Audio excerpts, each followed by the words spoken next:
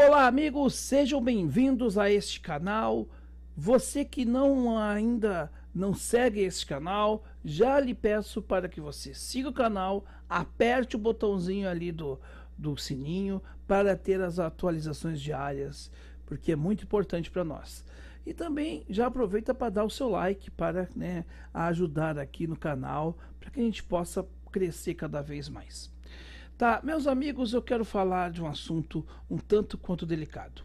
Penso que a gente tem que ter com esse assunto um certo refinamento, um respeito para com os envolvidos, mas também é preciso ter um senso crítico, analítico, e é o que eu vou tentar fazer aqui. Meus caros, eu quero falar sim sobre as chamadas pautas identitárias. Elas são muito importantes. Eu não tenho nada contra elas, no sentido de que realmente muitas dessas pautas são as necessidades reais de uma população e que essa população se organiza e mostra a sua necessidade para o restante do povo brasileiro. Ninguém está dizendo que não existe violência contra homossexuais, contra mulheres, que, enfim, certas situações ocorrem aí de constrangimento com o negro e muitas ocorrem e nós sabemos do racismo velado e tudo mais. Tudo isso é real e nós não podemos fazer de conta que isso não existe. Porque também o outro lado de negar essas pautas é também um caminho equivocado. O que eu penso é que a gente tem que ter um equilíbrio. Nem tanto ao céu, nem tanto à terra. As pautas identitárias são muito necessárias, mas elas não podem ter um tamanho maior do que elas são. Quando se fala em violência, nós temos que pensar a violência como um fenômeno macro. E, efetivamente, o fenômeno micro, que é a violência da mulher, por exemplo, que é a violência da criança, tem que ter, sim, um foco de estudo para essas microviolências ou para esses cenários menores, mas essa avaliação não pode estar desassociada do fenômeno geral. O problema é esse. Quando você só faz um discurso recortado por um ambiente e não consegue olhar além deste ambiente. Portanto, meus amigos, o problema das causas identitárias não é a necessidade que elas vêm trazer para a sociedade. Muito antes, pelo contrário. O problema é quando elas se tornam o centro do discurso, e isto nós não podemos mais deixar acontecer. Por quê? Porque a própria população já tem mostrado contra a esta situação.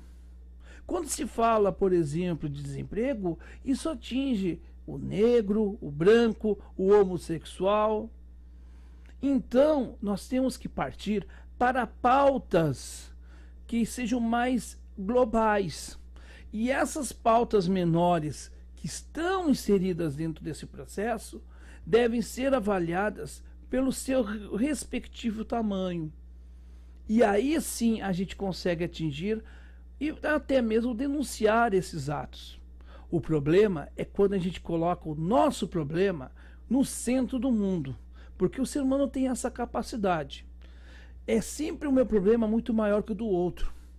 E eu não consigo fazer a análise real da conjuntura, porque sempre eu vou me colocar acima das demandas. E é este o problema destas causas identitárias. Agora também, quando a gente fica fazendo um discurso quase que criminalizando essas causas, a gente está alimentando exatamente o lado que não quer olhar o social, o lado que criminaliza o movimento de crítica ao sistema. O que a extrema-direita faz é minimizar a dor e dizer que você, quando faz uma reivindicação, está fazendo mimimi. Então a gente tem que cuidar com isso.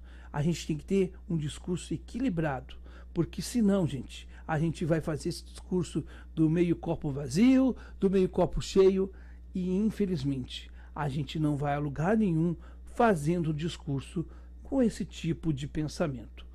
É melhor a gente começar a refazer a nossa estrutura de pensamento, porque senão a gente vai ser engolido por uma estrutura, sabe-se Deus que estrutura que pode nos superar. É importante repensar, e repensar é sempre importante, porque quem repensa pode trilhar outros caminhos muito mais felizes e sofrer menos.